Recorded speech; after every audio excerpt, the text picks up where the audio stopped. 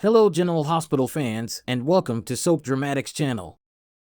Dante and Anna speculate why Valentin could be cooperating with Pikeman, plus TJ recognizes but can't place how. Tuesday, August 22nd, 2023, today on General Hospital, Cyrus becomes a new man, again, Gregory seeks help from his doctors, and Finn and Alexis discuss his father. At the PCPD, Anna arrives to speak with Dante to see the evidence he has on Valentin regarding the night of the fire. He asks if she can promise him that she'll get a bodyguard, but she's not about to sacrifice her privacy. She feels this fire was too clumsy. It wasn't guaranteed to hurt her, but it took her home and everything in it. She believes someone wants her left with absolutely nothing. Dante asks how Valentin is doing with everything. She says he's been supportive of her. Dante reminds her that he lied about working for Pikeman, but Anna says he didn't lie to her. Dante argues Valentin knew he had to come clean about Pikeman because she was onto him, but he did lie to her about the night of the fire. Anna asks to see the proof he has that Valentin lied about being at ELQ. Dante shows her the footage that Valentin's car never showed up at the ELQ garage, and there was no water main break recorded. Anna says just because Valentin didn't tell her where he was that night, it doesn't make him the arsonist. Dante suggests Valentin could want her left with nothing, as she said, so she's totally dependent on him for some reason. She refuses to believe that. Dante says she needs to understand Charlotte is staying with him, so what Valentin's up to concerns his family too. He urges her not to ignore Valentin's past, and that he's always been manipulative. He suggests Anna got too close to some truth, and Valentin needs her totally dependent on him now. Anna knows whatever Valentin is lying about, that it's not that he burnt down her home. She believes the lie has to do with Pikeman. She tells Dante about the papers he received from Pikeman last night, and Dante wonders if Pikeman was behind the shooting. Dante suggests Pikeman could have used Valentin to get to Sonny and set him up. Anna knows Valentin would never set up Sonny unless. They wonder if Pikeman is blackmailing him or threatening Charlotte. Anna just wants to prove that Valentin is clean, and they need to find out the truth no matter where it leads them. Alexis arrives at the hospital and heads into an AA meeting a bit late. Finn is already there and decides to share with the group and reveals he got bad news about someone he loves very much. He notes this person had been suffering and he had no idea. He couldn't help them because he didn't know they needed help, and that left him resentful. He says he has a good friend who knew the truth, and she kept it secret. He also knows times like this can be a stressor for addicts like them, and he understands now why his friend didn't tell him. Alexis sits behind Finn, who says he just wants to spend every minute he can taking care of this person for as long as he can. Finn leads them in the Serenity Prayer to close the meeting and sees Alexis in the room. The meeting comes to an end, and everyone exits but Finn and Alexis. He assumes she heard his share. She did. She apologizes for not telling him about Gregory, but it wasn't her secret to tell. He knows and doubts his father would have told him if he hadn't fallen in front of Violet. Alexis again says she's sorry, and Gregory was very good at covering his symptoms. Finn knows his dad is a private man, and he regrets putting his dad's desire to take a family vacation off. Alexis says Gregory just wanted them to keep living their lives, and not focus on his illness. She says that isn't how he wants to spend the time he has left. She tells Finn to focus on today because that's all any of them have. They head out, and Finn tells Alexis he's glad his dad had her to lean on, but wishes he wasn't so stubborn. She tells him, pot meet kettle. Alexis has to run to deal with a crisis at the office. Dex lurks outside of Austin's office and listens at the door.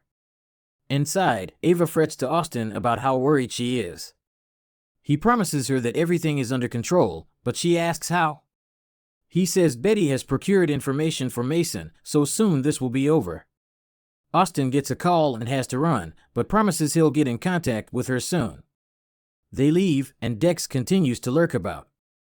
Austin meets with Liz, who is with Jake, his friend Wyatt. Jake brought Wyatt in as he had an accident, and Liz thinks Wyatt may need a splint for his arm. They head to an exam room. Austin examines the boys, but says his arm isn't broken, bandages it, but says he won't be playing cello in the orchestra recital anytime soon. Jake feels bad for dragging him to the skate park, but Wyatt says he chose to do the laser clip trick. Elsewhere, Gregory meets with his doctor, who TJ is shadowing. Gregory knows he's in for the fight of his life and explains his latest incident and fall. They give him an exam, and the doctor wants him to wear splits to help stretch and strengthen his limbs. Gregory asks if he'll need a cane, but the doctor doesn't think that is necessary yet, but he shouldn't be driving anymore. Gregory heads into the hall and sees Jake with Wyatt. Wyatt is telling Jake he's going to play in the concert, he just won't tell anyone he fell and hurt his arm. Gregory says hello to Wyatt and says it looks like he had an accident. Wyatt opens up about his injury, and it won't allow him to play his best in the concert, but he still wants to play. Gregory says sometimes you have to know your limits in order not to let others down. Wyatt never thought of it like that and thanks him. From aside, Finn and Liz watch, and Finn nods at his dad. Later, Mason meets with Austin in his office and Mason says it's almost showtime. They're interrupted when TJ stops by to get a chart from Austin and feels he's met Mason somewhere before. Mason says he gets mistaken for Vin Diesel and he hasn't been in Port Charles long. TJ is sure he knows him from somewhere and leaves them. Austin asks what that was about and Mason says they may have crossed paths. Nina meets with Martin in the park and asks if he's still being pressured by the FBI to hand over who turned Carly and Drew into the SEC. Martin assures her this is over, Drew took a plea deal, everyone is satisfied, and no one will know the truth.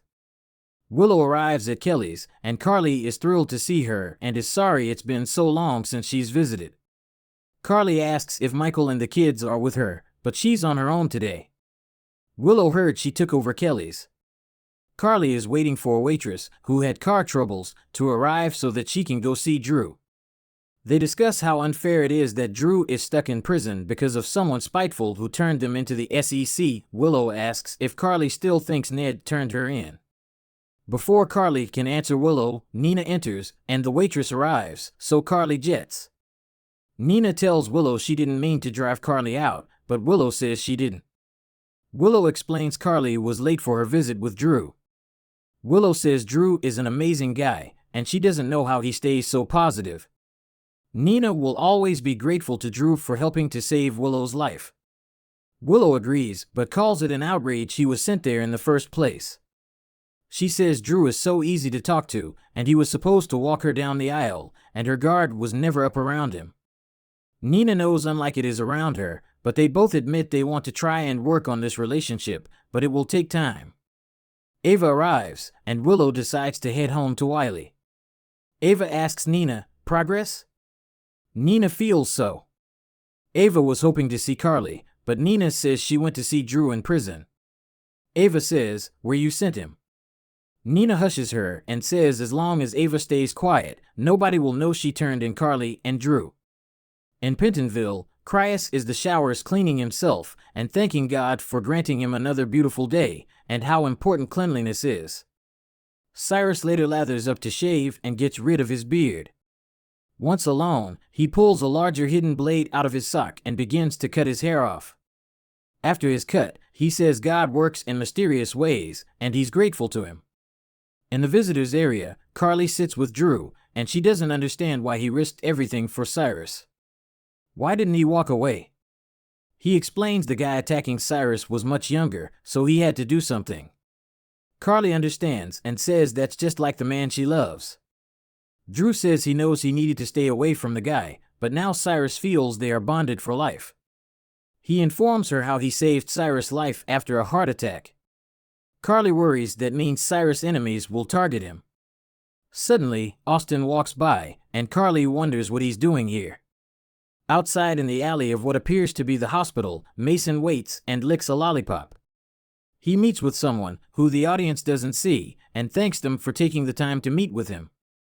In prison, Austin is shown into a room in the infirmary to see Cyrus, who is the patient he was called to see. On the next general hospital, Cyrus is pleased to see someone again. Austin insists he's more than paid his debt and wants out. Anna and Jordan discuss conflicts of interest. Gladys asks Dr. Montague what he's done to Sasha. Dex appears to meet with Book, only shown from behind, with a message for him. Sonny asks someone if they are working on it on their end.